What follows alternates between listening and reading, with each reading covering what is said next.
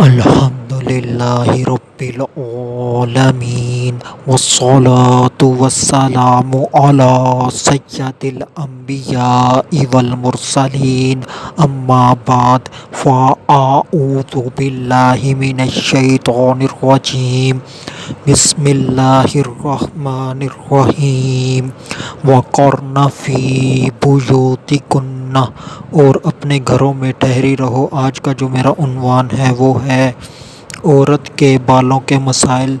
درود پاک کی فضیلت نبی اکرم نور مجسم صلی اللہ علیہ وآلہ وسلم نے ارشاد فرمایا، کنجوس ہے وہ شخص جس کے سامنے میرا ذکر کیا جائے اور وہ مجھ پر درود پاک نہ پڑھے۔ صلو علی الحبیب صلی اللہ تعالی علی محمد صلی اللہ علیہ وآلہ وسلم پڑھیے۔ الصلاۃ والسلام علیک یا رسول اللہ، الصلاۃ والسلام علیک یا حبیب اللہ۔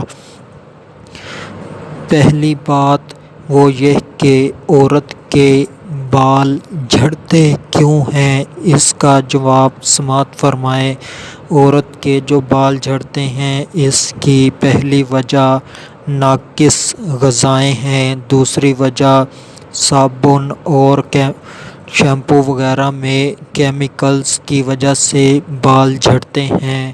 تو اب بال جھڑتے ہیں تو اس کا حل کیا ہے، یعنی کہ کس طرح اس کو ٹھکانے لگانا ہے۔ تو جب عورت کنگھی وغیرہ کرتی ہے تو اس صورت میں اس کے بال کنگھی کے اندر آ جاتے ہیں، تو ان بالوں کو ادھر ادھر پھینک نہیں دینا، بلکہ ان بالوں کو چھپا دینا یا زمین میں دفن کر دینا بہت ضروری ہے۔ آج کل ایک نیا ہی ٹرینڈ چل پڑا ہے، وہ یہ کہ عورت کے بال جو کنگھی کے ذریعے سے جھڑتے ہیں وہ بال بکتے ہیں، اور اس طرح سے وہ عورتیں بال بیچ کر پیسے حاصل کرتی ہیں۔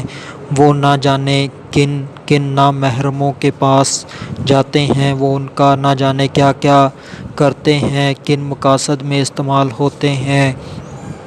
وہ مردوں کے سروں پر لگتے ہیں، بگز وغیرہ بنتی ہیں، نہ جانے کہاں کہاں جاتے ہیں۔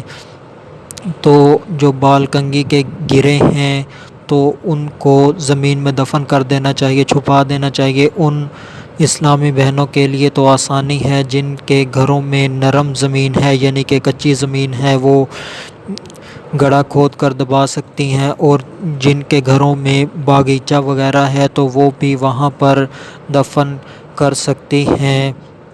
یہ تو ہو گیا کنگھی کے ذریعے سے عورت کے بال گرنا، اور دوسرا ہوتا ہے کہ جو زیر ناف بال ہوتے ہیں ان کو کس طرح سے ٹھکانے لگایا جائے۔ تو ان کو بھی چھپا دینا چاہیے، ان کو بھی دفن کر دینا چاہیے۔ تو یہ تو ایسے بال ہیں جن سے اگر کوئی مرد دیکھ لے تو اسے مزید زیادہ شہوت پیدا ہوگی بنسبت اس کے کہ وہ کسی عورت کے سر کے بالوں کو دیکھے۔ تو اس کو تو چھپانے میں بے حد احتیاط کرنی چاہیے، دفن کرنے چاہیے۔ اور اس کے علاوہ اس بات کا احتیاط کریں کہ جب اسلامی بہنیں نہا کر آئیں تو غسل خانے میں اچھی طرح چیک کر لیں کہ ان کے سر کے بال غسل خانے میں رہ نہ گئے ہوں، کیونکہ اکثر گھروں میں مہمان آتے جاتے رہتے ہیں، ان میں نامحرم بھی ہوتے ہیں، تو انہوں نے بھی وہیں پر نہانا ہوتا ہے۔ اور اس طرح سے صابن وغیرہ کو بھی اچھی طرح دیکھ لیا جائے کہ اس کے اوپر سر کے بال یا پھر انڈر شیو کے دوران جو بال رہ جاتے ہیں اسے بھی اچھی طرح سے صاف کر لیا جائے، اور اگر جو بال بچ گئے ہیں ان کو چن لیا جائے، چاہے وہ فرش پر ہوں چاہے وہ صابن پر ہوں۔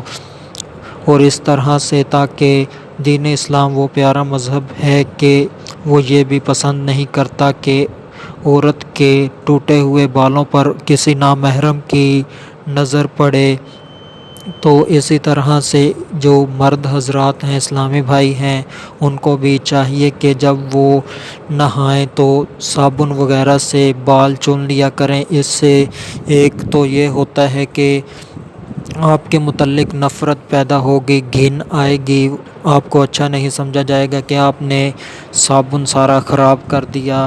اور یہ بھی ہو سکتا ہے کہ اس سے کسی عورت کے دل میں شہوت پیدا ہو جو کہ آپ کے لیے نامحرم ہے، کیونکہ لڑکیاں بھی مہمان کے طور پر گھروں میں آتی رہتی ہیں، یا پھر کچھ فیملیاں ایسی ہوتی ہیں جوائنٹ فیملیاں جہاں پر سال ہر سال سے نامحرم ایک دوسرے کے ساتھ رہتے ہیں، تو یہاں پر اور بھی زیادہ احتیاط کرنی چاہیے کہ جب بال صاف کیے جائیں تو وہ بال بہا دیے جائیں اور صابن بھی اچھی طرح سے صاف کر لیا جائے۔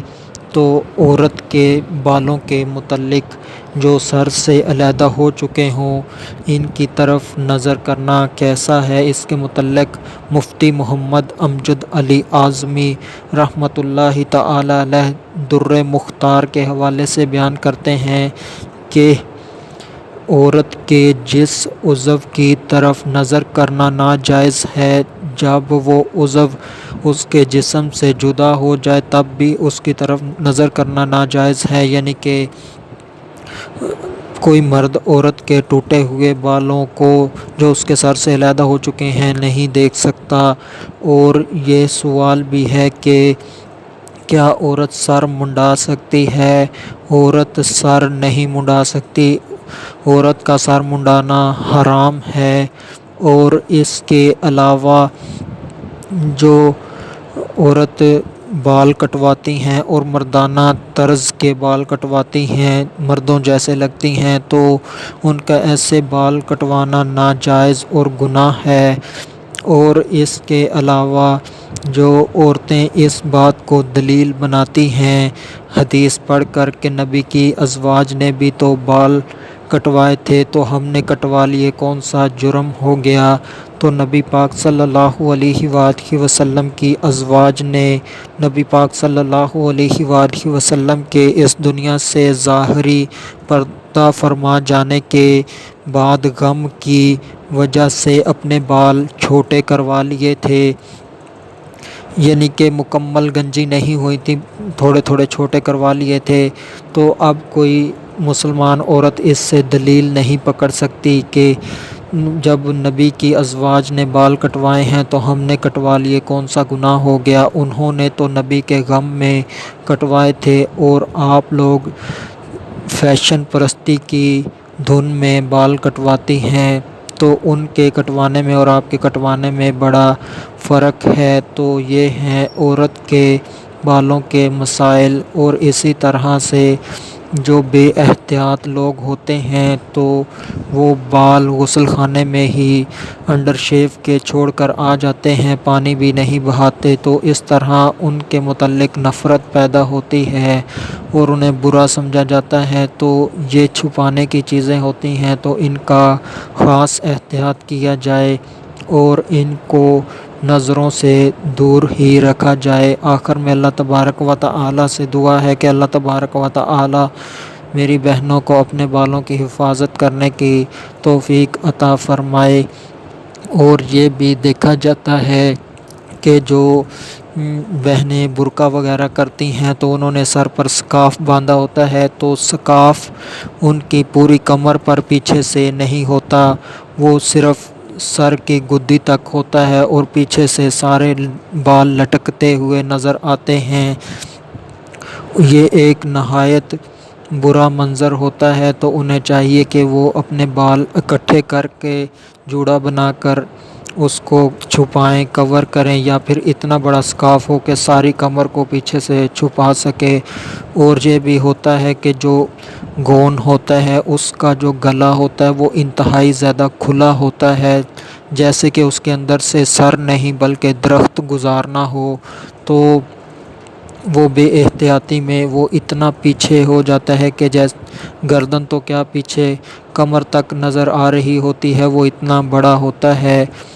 بیگ کی جانب سے تو اس بات کا بھی احتیاط کیا جائے کہ جب برقع وغیرہ خریدا جائے تو اس کا گلا تنگ ہی ہو، اتنا کھلا نہ ہو کہ پیچھے سے گردن یا پھر اس کی گردن کے ساتھ کمر نظر آئے۔ اور اسی طرح جب بھی سوٹ سلائی کیا جائے تو اس کے ساتھ جو گلا ہوتا ہے وہ تنگ ہی ہو، اتنا موٹا ہو کہ جس میں گردن آسانی سے رہ سکے، یعنی کہ دم نہ گھٹے۔